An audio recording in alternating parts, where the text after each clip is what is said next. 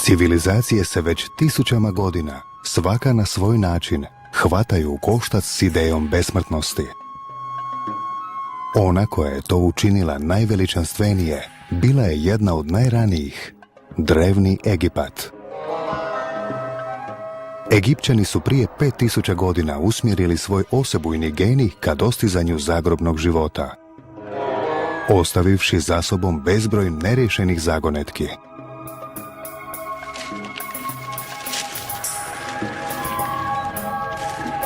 U samoj pustinji, potresni nas dokazi prvi put sučeljavaju sa zagonetnim graditeljima piramida. A u udaljenim laboratorijima znanstvenici poduzimaju baš sve što je potrebno kako bismo razumjeli egipćansku smrt. Kao nikada do sada, suvremena znanost daje životnu snagu tajnama faraona.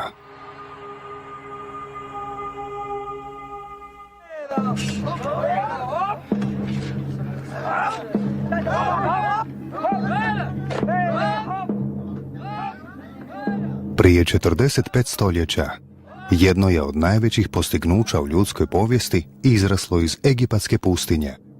3 kraljevske grobnice faraona s više od 6 milijuna vapnenačkih kvadara sagrađene su za samo 70 godina. Radnici su bez suvremene tehnologije podizali kvadre koji su u prosjeku težili po 2,5 tone, te ih uglavljivali u pravi položaj brzinom od oko 1 kvadra u 2 minute.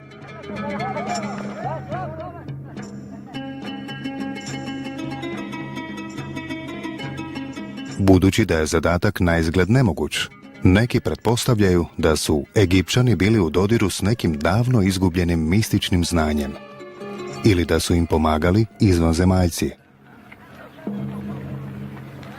Ali iz pijeska Gize počinju izranjati zapanjujući tragovi koji bi mogli riješiti drevnu zagonetku tko je sagradio piramide i kako.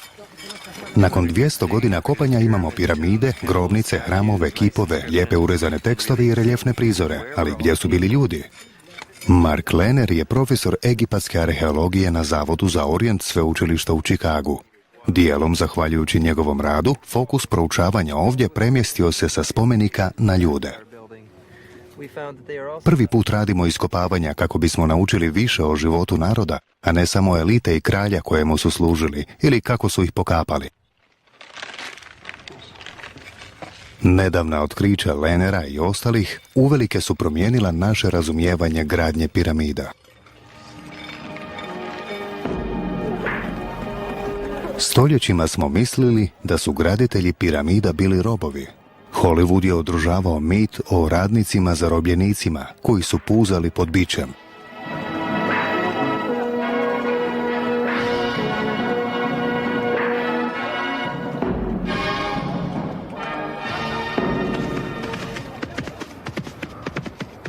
Ali jedno je vrijedno otkriće 1990. godine zauvijek rastočilo taj mit. Novo doba znanosti o drevnim Egipćanima započeo je jedan turist na konju.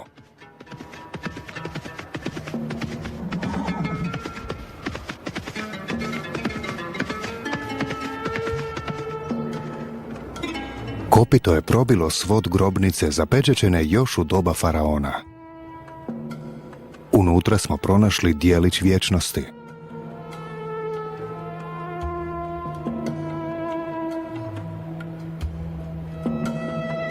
Svod je bio obložen bogato obojanim gipsom, koji se počeo raspadati čim je izložen pustinskom zraku. Ali nekoliko je trenutaka sjao ljepotom koja dolikuje kraljevskoj grobnici.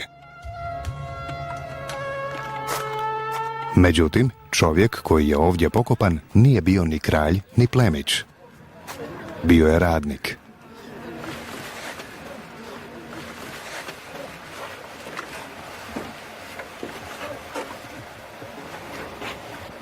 Dr. Zahi Hawass, ravnatelj visoravne Gize, kaže da izgled i konstrukcija ove grobnice daju naslutiti da pokojnik nije bio rob. S obzirom na veličinu ove grobnice, na jedinstven oblik svoda i na činjenicu da je iznutra bila ožbukana, vjerujem da se radi o osobi koja je upravljala cjelokupnom radnom snagom. On se brinuo o tome da svi radnici dobro žive, da idu na posao rano ujutro, da se vrate kućama do zalaska sunca, da žive u selu i da je svakom osigurana njegova grobnica.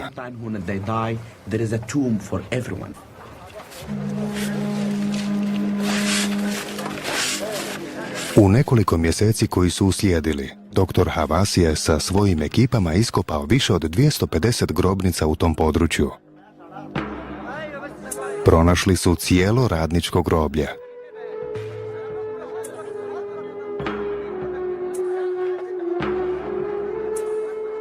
Nacvođena grobnica predradnika okružena je grobovima njegova osoblja. Poput grobnica faraona i plemića, grobnice radnika vjerojatno su smještene u skladu s njihovim položajem.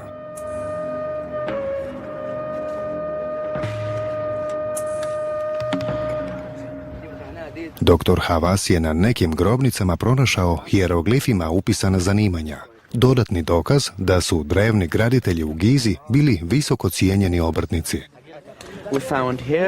Pronašli smo 3 lažna vrata. Iznad svakih je bilo narisano ovo. Titule ovih ljudi bile su zapisane hijeroglifima, pa tako Hrp Jerijes znači upravitelj gradnje grobnica, a Saheć Jerijes znači nadzornik gradnje grobnica. Tijekom iskopavanja, arheolozi su pronašli još nešto što je potvrdilo položaj radnika. Poput kraljeva, graditelji su sa sobom imali umjetnine i nosili ih u vječnost. Detaljirani reljefi, hijeroglifi i mali kipovi pružaju nam uvid u stvarni izgled drevnih radnika.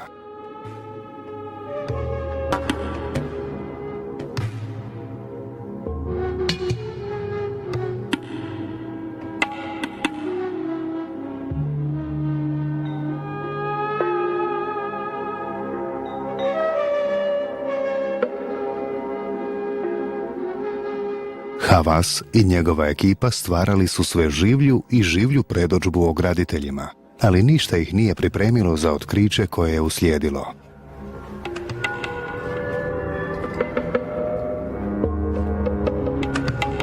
Suvremeni su radnici napokon u sjeni piramida susreli svoje drevne prethodnike licem u lice.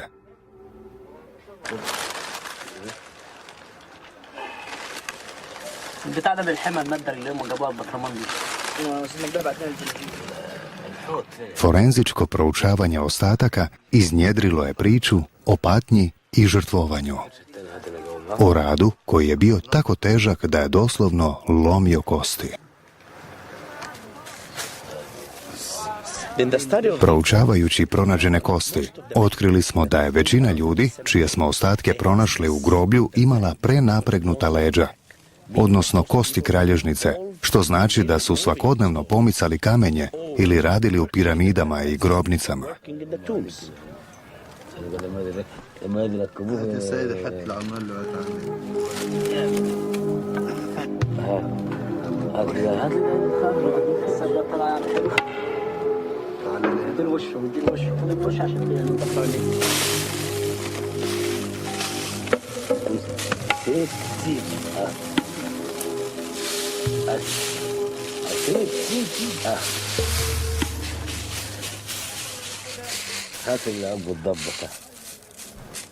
Arheologija nije kralj Tut i traženje zlata. Zlato i kralj Tut ništa nam ne govore o narodu, o njegovu životu ili čemu drugom. Ali na ovome se groblju radi sa zemljom i s pijeskom. I svako zrnce pijeska, svaki kamenčić, svaki dijelić keramike ujedno je dio drevne povijesti koja nam nešto govori o tim ljudima.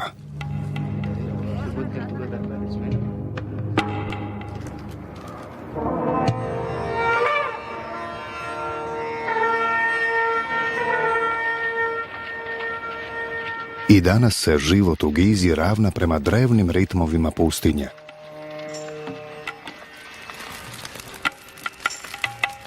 Sada ovdje rade suvremeni Egipćani, polako otkrivajući tajne svojih predaka.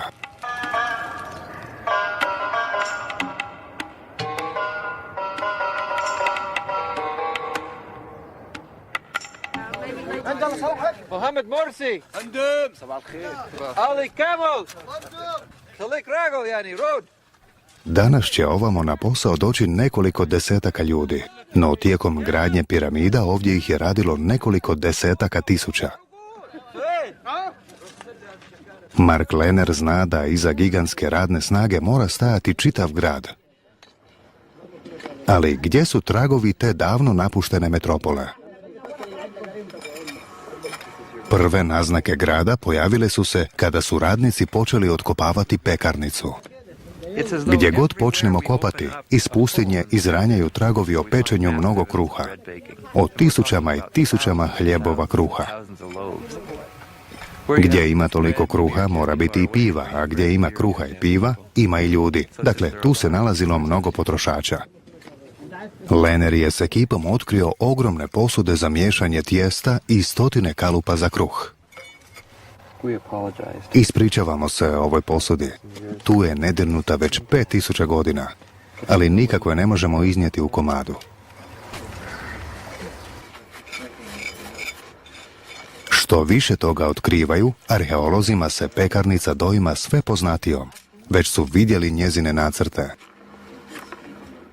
Egiptolozi su godinama crpili informacije o svakodnevnom životu u doba faraona iz Tiove grobnice u obližnjoj Sakari. Izvanredni murali predočuju široki raspon drevnih djelatnosti.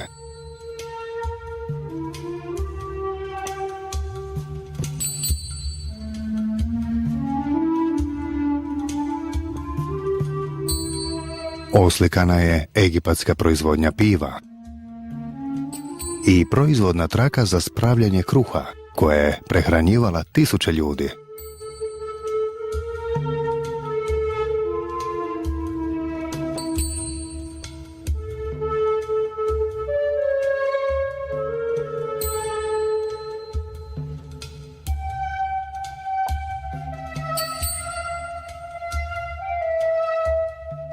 Potpuno vjeran prikaz Lehnerove pekarnice.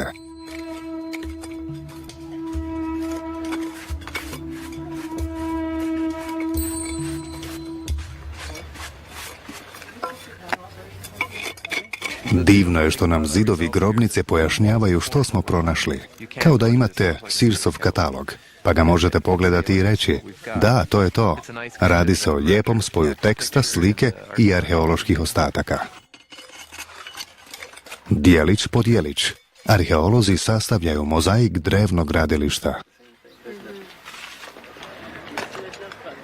Pustinja ljubomorno skriva većinu tragova, ali neki su nam sasvim dostupni i čekaju da prepoznamo što doista znače.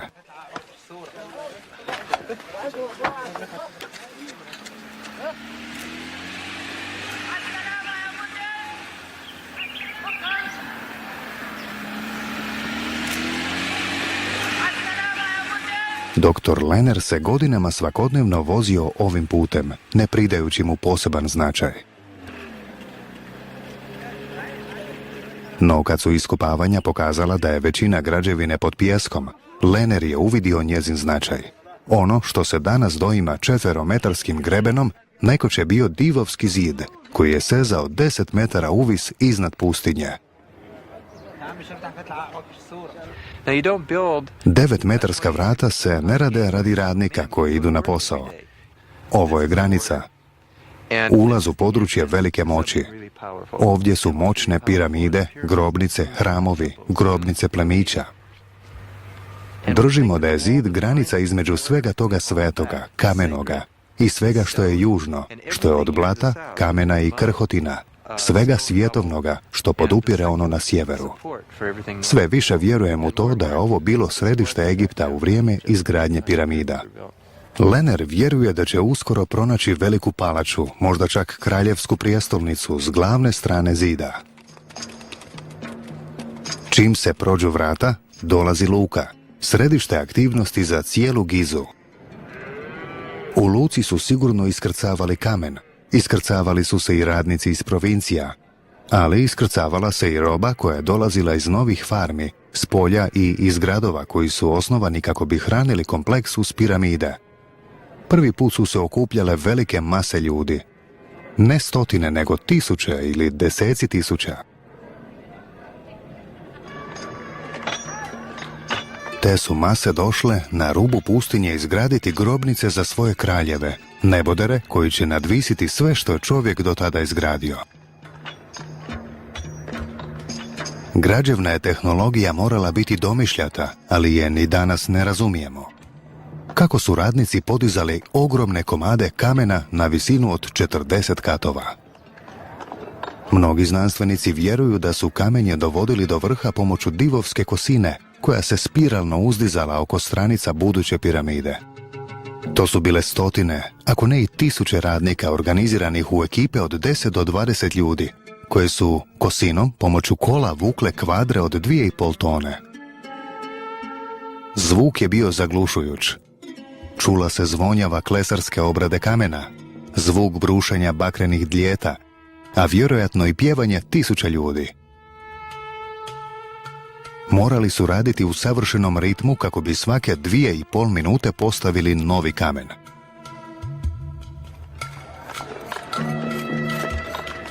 Iako si sve jasnije možemo predočiti izgled tog drevnog gradilišta, jedna je važna zagonetka i dalje neriješena.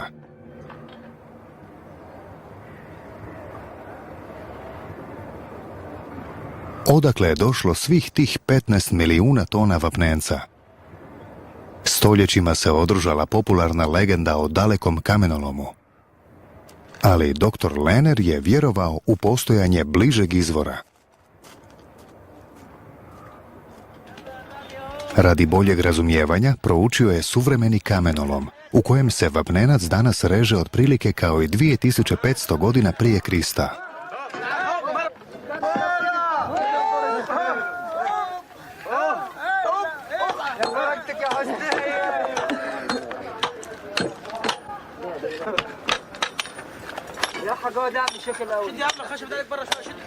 Kamenolomci kopaju dugačke kanale, što je prvi korak u isjecanju divovskih blokova vapnenca.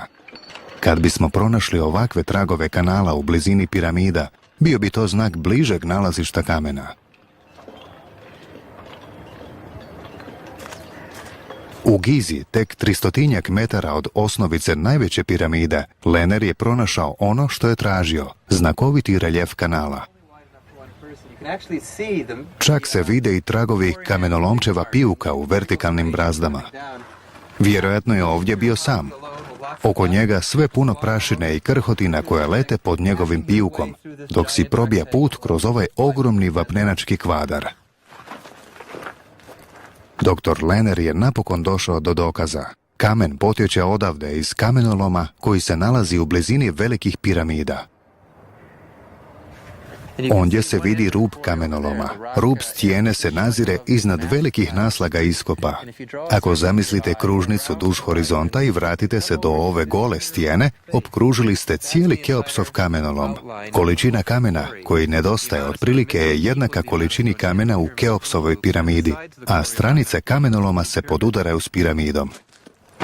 Naraštaje istraživača previdjeli su kamenolom jer je bio pun čudnih naslaga. Lehner vjeruje da su to ostaci kosina korištenih pri gradnji piramide.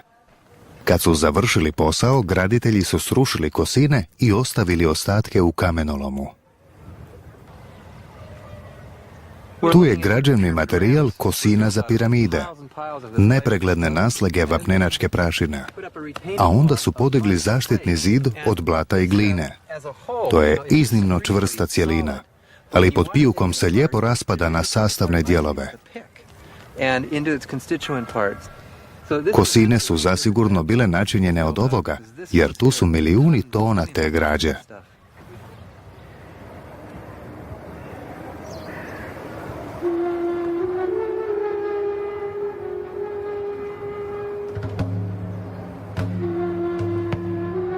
Koliko god zagonetki o gradnji ovih triju faraonskih grobnica riješili, i znanstvenici i laici još uvijek se dive veličini toga drevnog pothvata. Otkrića Marka Lenera mogla bi poslati u povijest neke od nevjerojatnih teorija. Za mene je zagonetnija i intrigantnija mogućnost da je civilizacija koju su predvodili Keops, Kefren i Mikerin sagradila piramide, nego neko izvlačenje poput teorija o izvanzemaljcima. To je čisto izvlačenje. Ne znamo kako su ih sagradili, znači sagradio ih je netko drugi. Kao prvo, reći da ih je sagradio netko drugi, neka civilizacija koje nema, odražava kolonijalistički stav. Osim toga, doista mislim da takva teorija ne odražava zagonetku ljudske patnje, tolike predanosti ljudi za koje znamo da su živjeli ovdje, koji su sahranjeni u grobnicama u okolici, koji su pekli kruh u ovoj našoj pekarnici. Kako je velika Keopsova piramida izranjala iz pustinje, a gradnja se približavala koncu, nekoliko najboljih majstora drevnog Egipta započelo je rad na drugom daru faraonu. Poklonici tisućama godina hodočaste ovamo, kako bi vidjeli postignuća graditelja piramida, a nisu ni svjesni blaga koje se zakopano nalazi pod njima. 1954. pod ovim je zaglavnim kamenjem u blizini južnog podnožja piramide otkrivena podzemna komora. Unutar komore istraživači su pronašli ostatke broda, jako velikog broda. Faruk El-Baz sjeća se komešanja koje je popratilo pronalazak. Vijesti dana su govorile o pronalasku broda koji je vjerojatno pogrebna barka kojom faraon plovi na zapad ka suncu, gdje je njegovo vječno boravište. Mnogi su očekivali da ćemo sada pronaći njegovo tijelo, mumiju, jer Keopsova mumija nije bila pronađena. Tuhami Mahmud Ali bio je predradnik ekipe koja je vršila glavna iskopavanja.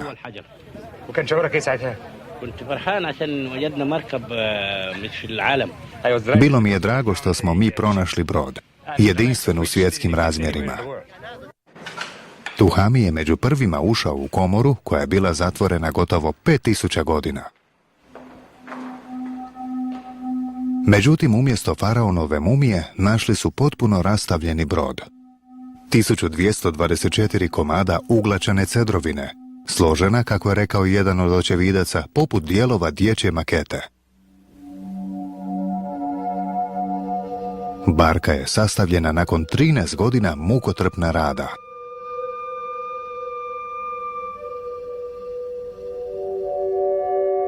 Stare brodograditeljske tehnike, poput ručnog vezanja dasaka za rebra, pažljivo su primjenjivane. Povjesničari pomorstva tvrde da je taj brod inženjersko remek djelo gradnje u drvetu, na svoj način dojmljivo poput kamenih piramida. Međutim, stručnjaci se nisu mogli složiti oko prvotne namjene barke ni nakon što je sastavljena. Neki su rekli da je služila u pogrebnoj povorci, drugi su vjerovali da se radi o zagrobnom faraonskom brodu. Hijeroglifi iz obližnje piramide daju naslutiti da je faraon trebao 2 barke, jednu dnevnu i jednu noćnu, kako bi slijedio sunce putem vječnosti. Drugi reljefi, poput ovih na zidovima Tijeve grobnice, dokaz su značaja riječnog prometa Nilom. Ali ne razrješavaju toliko dilemu, koliko nam daju uvid u izgradnju drevnih brodova.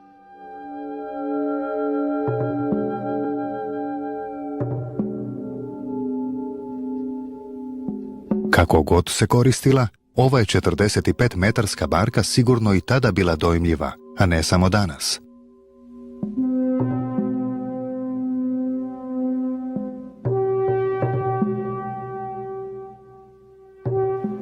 To je jedan od najstarijih brodova na svijetu.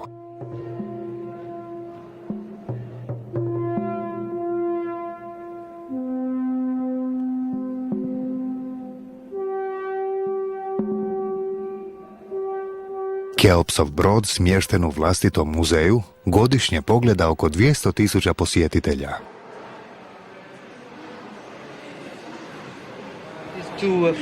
Ovdje je bilo sidro. Veliko sidro su bacali sa strane. Ovdje je mala kabina za kapetana. A ondje je velika kabina za oplakivanje Keopsa. Ovo je sve od cedrovine. Nakon 34 godine znanstvenici se spremaju proučiti sadržaj druge podzemne komore, koju su otkrili tik do prve. Ali ovaj put je neće iskopati. Dr. Elbaz s Bostonskog sveučilišta i ekipa znanstvenika koju sponzorira društvo National Geographic rade s radarom koji pregledava podzemlje kako bi dobili okvirni pregled oblika pod površinom.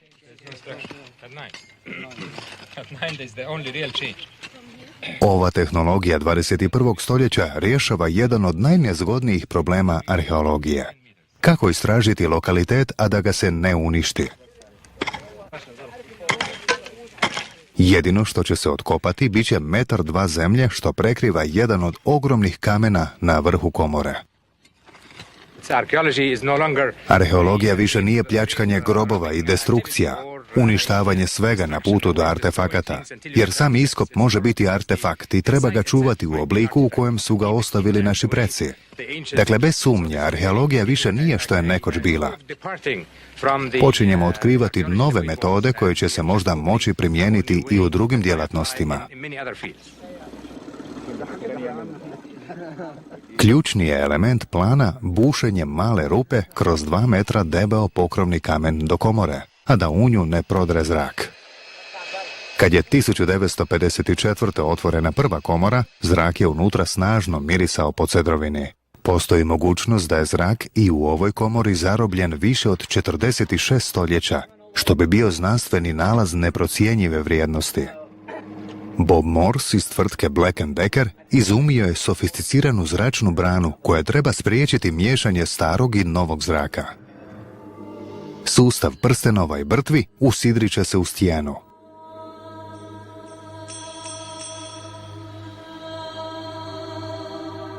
Svrdlo će prodirati u vapnenac brzinom oko 10 cm na sat, uz česte stanke za odstranjivanje prašine i krhotina. Morsov jedinstveni dizajn spriječit će miješanje zraka i pri umetanju ostalih naprava kroz rupu. U komori će prikupiti uzorke zraka kako bi ispitali ima li u njemu tragova suvremenih zagađivača. Ako ih nema, bit će jasnije kako se brod iz prve komore tako dobro očuvao. Peter Tans iz Nacionalne oceanske i atmosferske administracije nadzirat će prikupljanje uzoraka. Brod se u susjednoj komori iznimno dobro očuvao 4600 godina. Koliko znam, više je propao u zadnjih 20 nego u prethodnih 4600 godina. Zato Egipćani ne žele otvoriti ovu komoru, jer ako je u njoj brod, on bi time propao.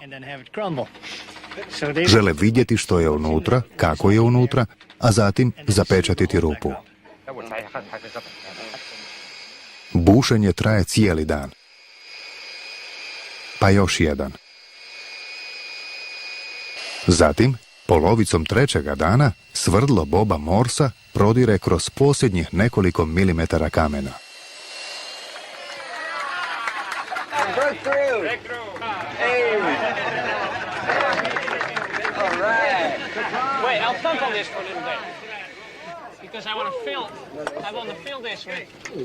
Sada je red na ostatku ekipe. Peter Tans iz komore izvlači oko 70 litara zraka. Budući da rezultati analize neće biti poznati mjesecima, Tans je odlučio na licu mjesta obaviti jedno manje znanstveno ispitivanje.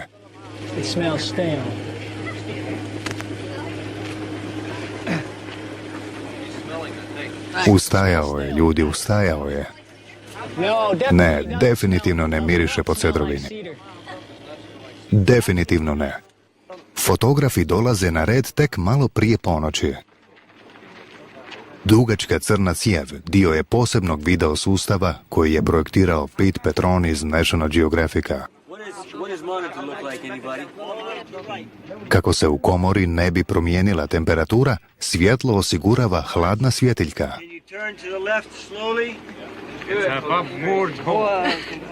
Kind of a ragged one. That's the first time we had in a vertical position to work on it.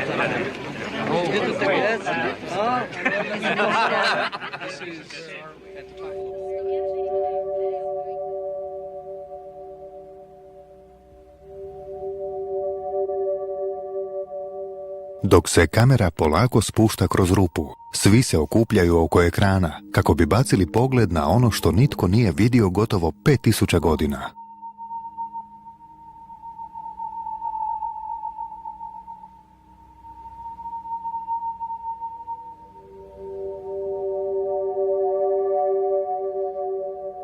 Jezoviti mlaz prašine od bušenja znak je da je kamera ušla u prostor koji je toliko dugo čekao u tami.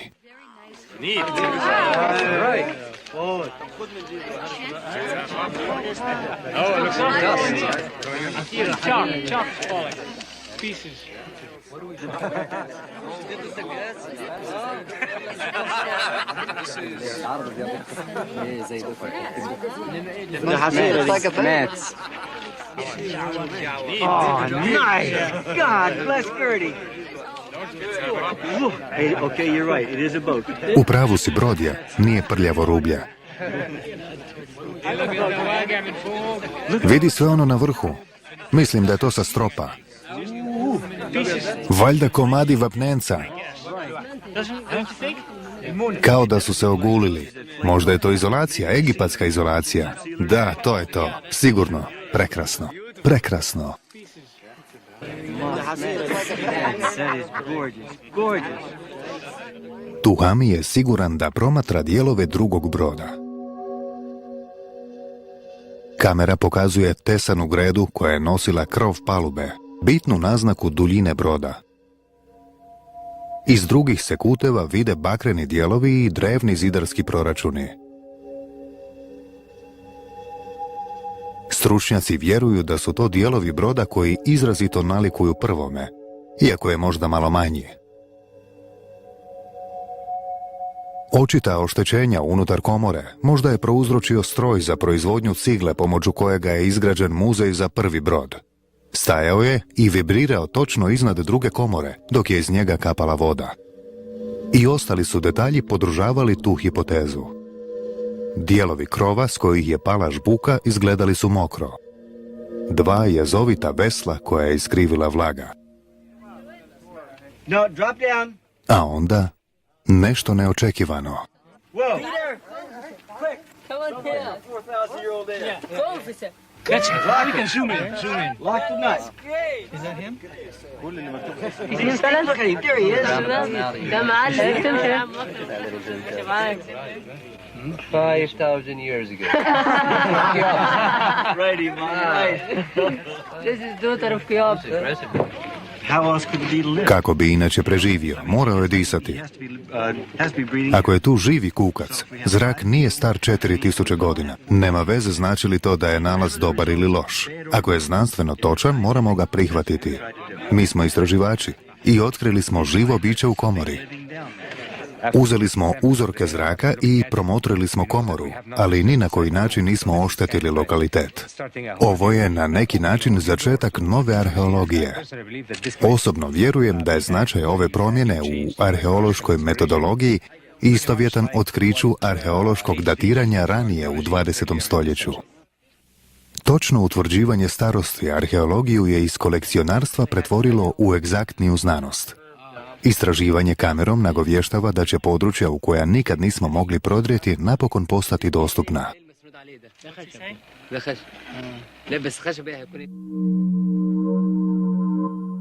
Jedan je brod potpuno restauriran, a drugi će ostati u miru svoje komore, ponovno zapečaćen. Namjena ovih 2 brodova i dalje je nepoznata. Je li faraon njima plovio Nilom još za života? Ili su napravljeni da ponesu ponovno sjedinjeno tijelo i dušu kroz zagrobni život, da neumorno prate sunce. Vječno putovanje iziskivalo je dobro očuvano tijelo. A tijela nekih faraona opstala su sve do danas, tiho svjedočeći o vještini i predanosti drevnih majstora balzamiranja.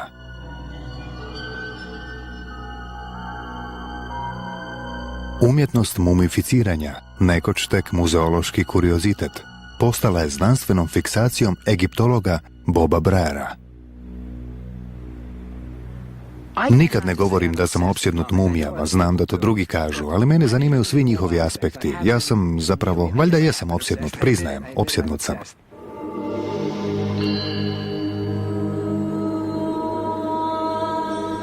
Opsjednutost je doktora Brera odvela kamo drugi znanstvenici nisu dospjeli. Pročitavši sve zapise o mumifikaciji, shvatio je da neće istinski razumjeti taj postupak dok ga ne proba sam.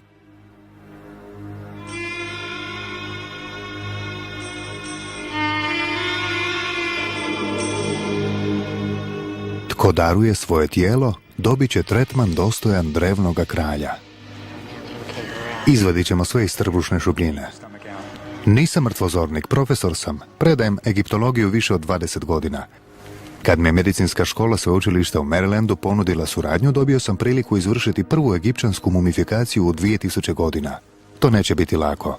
Mi smo amateri u odnosu na drevne majstore balzamiranja. Oni su bili iznimno vješti. Znali su odstraniti mozak kroz nosnice, a da ne oštete lice. Right there. And let me just get the block and I'm just going to tap it. I want to tap it through. Okay, go ahead. All right? Yep.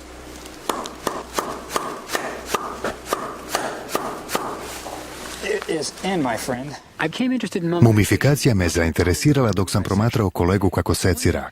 Gledajući to, pitao sam se kako su to radili stari majstori. Moj kolega je napravio veliki rez nad trbušnom šupljinom kako bi studentima pokazao unutarnje organe. Ali stari su Egipćani vadili unutarnje organe kroz ovoliki rez. Pitao sam se bi li i on to mogao. Bi li mogao uvući ruku, izvući želudac, jetru, crijeva, bubrege kroz ovoliki rez. Ron Wade s medicinske škole sveučilišta u Marylandu pristao je podijeliti svoje anatomsko iskustvo radi ovoga nesvakidašnjeg projekta. Ovo je jedini način da saznamo. That's what it is. No. Good. Nice.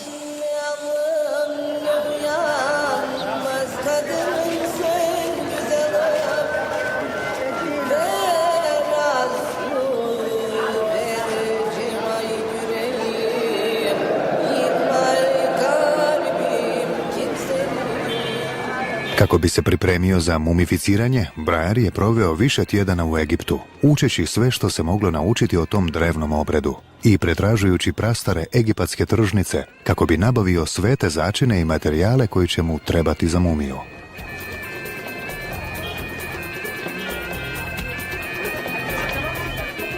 U dubini bazara, Kanel Kalile u Kairu, postoji tržnica koju turisti nikada ne posjećuju. Ondje imaju oliban, mirhu i sve što mi je potrebno za projekt. U jednom staroegipatskom zapisu pročitao sam da se oliban stavlja na glavu mumije. Nekoć su mazali mumiju olibanom. Što se tiče mirhe, jedino znam da su je koristili. Još ne znam točno za što, ali ću to pokušati saznati prije mumifikacije. Je li ovo oliban? Odakle je? Iz Sudana? Sigurno? Dajte mi 1/4 kilograma. 5 Gvineja. Točno. Ja sam pošten. Vjerujem, hvala lijepa.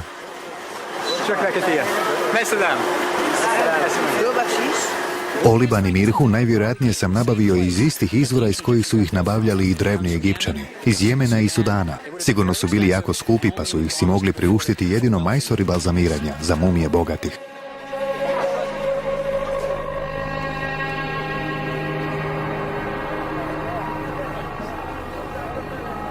Nitko ne zna koliko mumija ima u Egiptu, ali Egipćani su umirali tisućama godina. U pijesku i zemlji sigurno ima koji 1 milijun tijela. Mumifikacija je vjerojatno započela otkrićem da će se tijelo prirodno očuvati ako ostane zakopano u vrućem egipatskom pijesku. Tlo prirodno dehidrira tkivo, pa ćete ako maknete naslage pijeska i nakon nekoliko tisuća godina moći prepoznati ljudsko biće. Uvidjeli su da se tijelo može očuvati, pa su ga čuvali. Tijela u ovom groblju pripadala su pojedincima iz srednjeg i nižeg staleža. Naravno, nije otkopano cijelo groblje, ali ako nastave, vjerojatno će pronaći oko 200.000 tijela.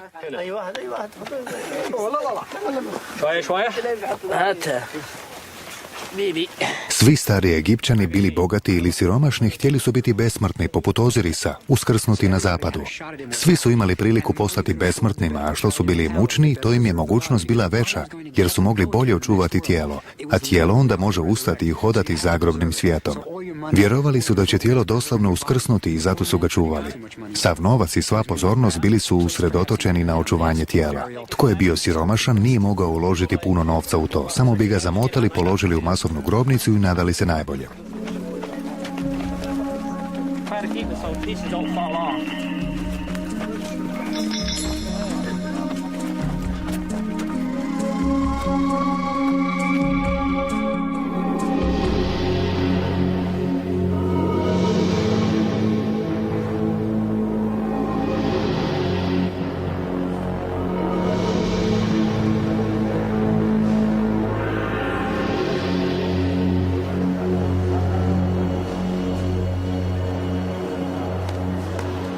Brajera je potraga dovela do muzeja u Kairu, u kojemu je više mumija nego što se ikome ikada dalo izbrojiti.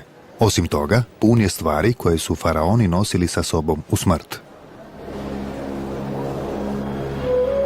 Egipćani nisu samo balzamirali tijela, imali su i sustav podrške. Nisu ništa htjeli prepustiti slučaju. Zato su postavljali velike kipove čuvara koji su čuvali sarkofage i male kipove slugu koji će im služiti u zagrobnom svijetu.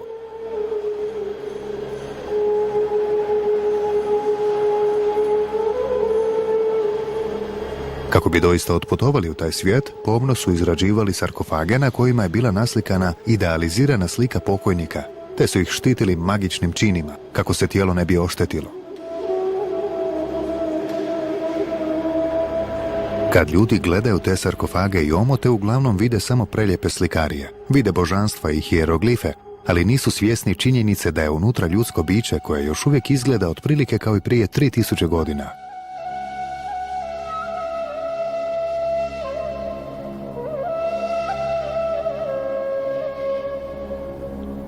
Kod mumija je posebno to što su prepoznatljive i mislim da zato toliko privlače ljude.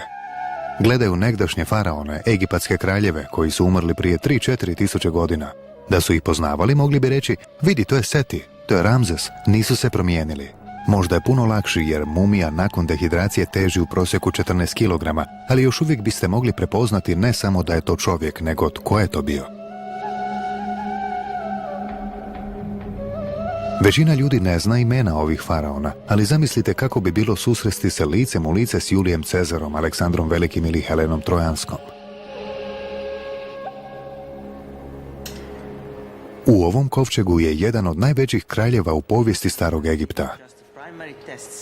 Nasri Iskender je čuvar mumija u Egipatskom muzeju. To mu je posao već 20 godina, pa je on jedan od autoriteta u znanosti o mumijama, pogotovo što se tiče egipatske zbirke. So everything looks good. Nothing is unusual. Yeah.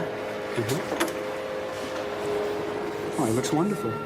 Faraon Ramzes Veliki vladao je 67 godina. Umro je kad mu je bilo više od 80, a to je bilo prije više od 3000 godina. Ovako ja želim mumificirati. Ramzesova mumija je primjer iznimne vještine egipatskih majstora. Kosa mu je obojena kanom, nokti su mu obojani. Učinili su sve kako bi zauvijek izgledao mlad. When I see this, I feel something inside. Kad vidim ovo, osjetim nešto u sebi. Ne mogu to objasniti, ali osjećam i mislim da to većina ljudi može osjetiti. Ovo nije samo leš, ne. Ovo je povijest, krupna povijest. Ovaj je čovjek izgradio Egipat. This man built Egypt.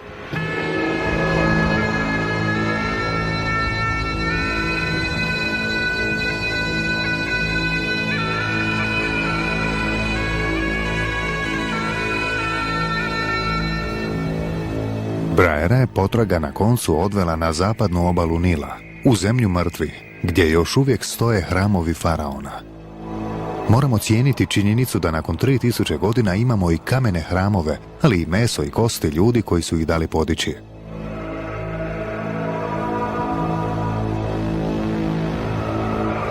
Koliko su se god odupirale protoku vremena, mumije faraona ipak su bile ranjive, spram lopova. Doista je čudo koliko ih je ostalo. Mnoge od preživjelih mumija faraona pronađene su u tajnom skrovištu u Der el Bahariju. I danas je to udaljeno i osamljeno mjesto kao i nekoć, pa su vjerojatno zato kraljevske mumije otkrivene tek prije 100 godina. Svoje sreće da jesu. Među njima su najbolji primjerci umijeća majstora balzamiranja i u svakom slučaju moji uzori. Kasnih 1870-ih lokalni su seljeni nabasali na ovo tajno skrovište mumija. Čudo je da su ga pronašli. Rupa je sigurno bila zatrpana. Vjerojatno su primijetili kako voda teče niz stijene i nestaje unutra, pa su zaključili da se tu skriva grobnica. Služba za starine u Kairu obavještena je o pronalasku grobnice u kojoj nisu bile 2-3 mumije, nego 40. Kad su pročitali zapise na sarkofazima i zavojima, shvatili su da su pronašli egipatske faraone. Saznali su da su pronašli Ramzesa Velikog, Setija I, velikog kralja ratnika Tutmozisa III. Znali su što je pred njima. Pronašli su neke od najvećih vladara drevnog Egipta. Za 6 dana iznijeli su sarkofage iz komore, odnijeli ih do zapadne obale Nila i brodom prebacili na istočnu, ukrcali na parobrod službe za starine te krenuli na sjever prema Kairu. Duž obale Nila seljanke su naricale kao što su naricale i žene drevnog Egipta. Njihovi su ih kraljevi napustili, a i nasljeđe koje se zaputilo u Kairo i koje vjerojatno nikada više neće vidjeti.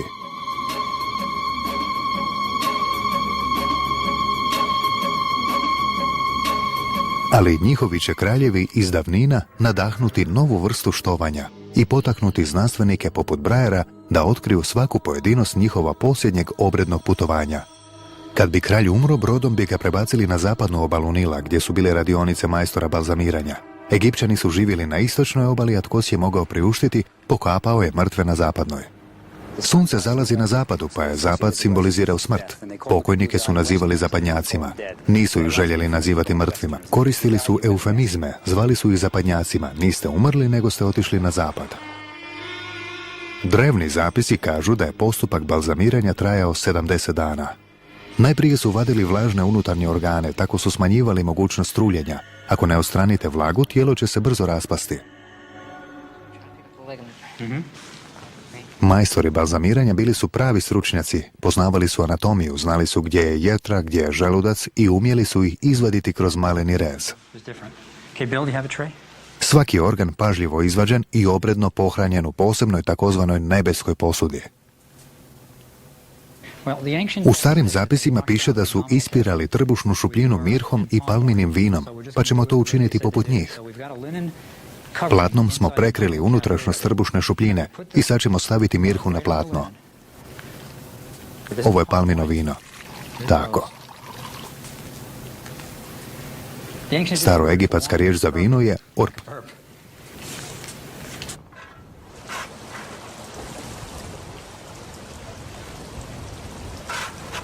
Sljedeći korak pri mumifikaciji, dehidriranje tijela, obavlja se pomoću soli nabavljene u Egiptu. Nekoć su ih zvali poljima soli, vadi natron. Natron je puno bolji od soli kada treba nešto sačuvati od propadanja. Ima jedan poseban sastojak, a to je običan natrijev bikarbonat. Sigurno ste i sami nekad stavili sodu bikarbonu u hladnjak kako bi upila mirise. Vjerojatno su je iz istog razloga koristili pri mumificiranju. Nije samo konzervirala tkivo, nego je upijala užasne mirise koji su se osjetili pri mumificiranju. Treba mu puno natrona, ukupno više od 150 kg za svaki slučaj.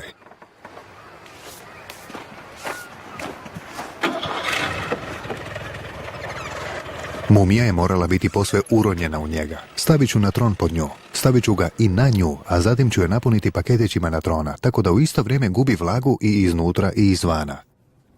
Čak je i Tutankamon imao u sebi takve paketiće kakvi su zakopani u komori njegovih majstora balzamiranja. Stavit ću to tu, tako, evo. Ti sad samo zagladi. U maloj podrumskoj prostoriji medicinske škole sveučilišta u Marylandu imitiramo šator drevnih majstora balzamiranja tako što smo smanjili vlažnost na razinu suhog pustinskog zraka. Skoro smo gotovi, možemo dobiti još 6-7 posuda istoga. Nema problema. Evo Ron, tu su jetra. Stavi je na kraj pa ćemo je malo kasnije prekriti s još natrona.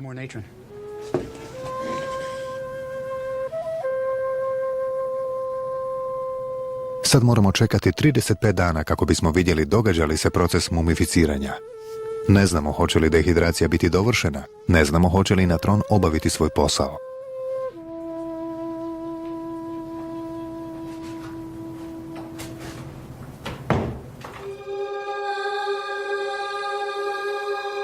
Bilo kako bilo, ovo je važan znanstveni pothvat. Međutim, to je i više od toga, gotovo da prkosimo smrti time što čuvamo obličje živoga čovjeka. Pitam se, jesu li to osjećali i negdašnji majstori balzamiranja? Jesu li osjećali ponos, nadu, strah? Mislim da će ovo upaliti, ali nisam siguran.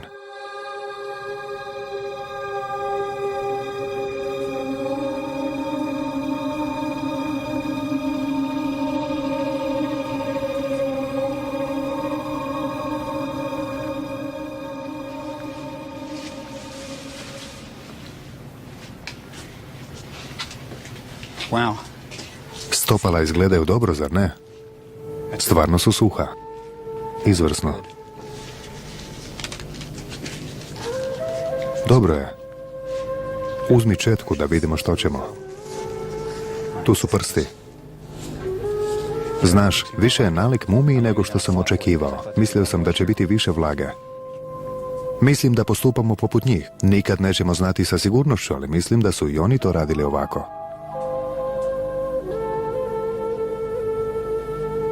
Break this.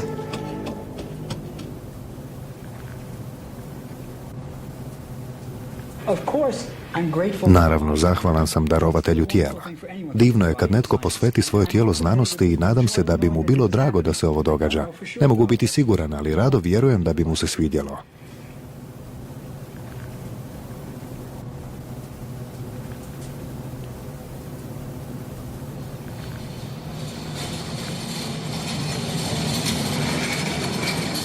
Napokon želimo završiti proces kako bi to i oni učinili, premazivanjem tijela uljima i zamatanjem u finu tkaninu.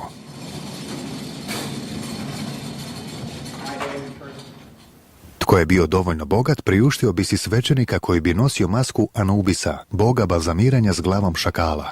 Svećenik bi govorio obredne riječi tijekom zamatanja tijela. Lijevao bi pomas na tijelo, a miris bi mu davali oliban i mirha.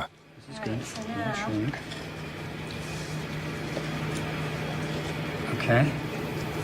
Now, Među pogrebnim amuletima namijenjenima pokojniku bio je i srčani amulet koji je štitio srce. Jedini organ u tijelu sada je srce, a amulet će čuvati srce i pobrinuti se za to da ga srce ne optužuje u zagrobnom svijetu. let's get Uzmimo jedan od magičnih zavoja. Vjerujem da ćeš ugledati zapis na njemu. description on it. This has this. Eto, tu su na vagi u zagrobnom svijetu srce i pero istine. To je prikladan zavoj za ovo područje. The magical spells. Nisam istraživao magiju vezanu za zavoje. Zanima me tehnika mumificiranja. Ljudi su rekli da bismo trebali sve učiniti kako treba, uključujući i magiju, pa smo obavili i to. I sve je na pravom mjestu. Tako kažu zapisi na papirusu. Nadamo se da će biti u medicinskom muzeju. S vremena na vrijeme uzimat ćemo uzorke tkiva da bismo vidjeli kako se mijenja tijekom vremena, kako napreduje dehidracija. Pažljivo ćemo motriti mumiju, te se nadamo da će i drugi nešto naučiti zahvaljujući njoj. Izgleda dobro, moramo zapečatiti krajeve. Seal the ends. I think the care. Mislim da su pažnja posvećena ovoj mumiji i cjelokupan postupak mumificiranja bolji od prosjeka u ono doba. Nismo ništa radili na prečac, što je dobro. Ovaj je čovjek zaslužio najbolje. Posljednji obredi nad mumijom obavljani su u grobnici. Među njima je i ceremonija otvaranja usta, pri kojoj bi svećenik uzeo neobičan predmet, prislonio ga mumijinim ustima i izgovorio posljednji blagoslov kojim bi ispratio mumiju u novi život. Ova suvremena mumija tek počinje doprinositi znanosti. Tijekom idućih godina i desetljeća davat će nam podatke o postupku mumificiranja. Doista ne znamo kako bi si njezine prastare prethodnice objasnile našu zaokupljenost mumijama. Bili nas proklele zbog svetogrđa, kako neki govore? Možda bi, ali ako su Egipćani žudjeli za besmrtnošću, barem su je više od ikoga u povijesti ljudskoga roda dosegli u svijetu naše neutažive znatiželje.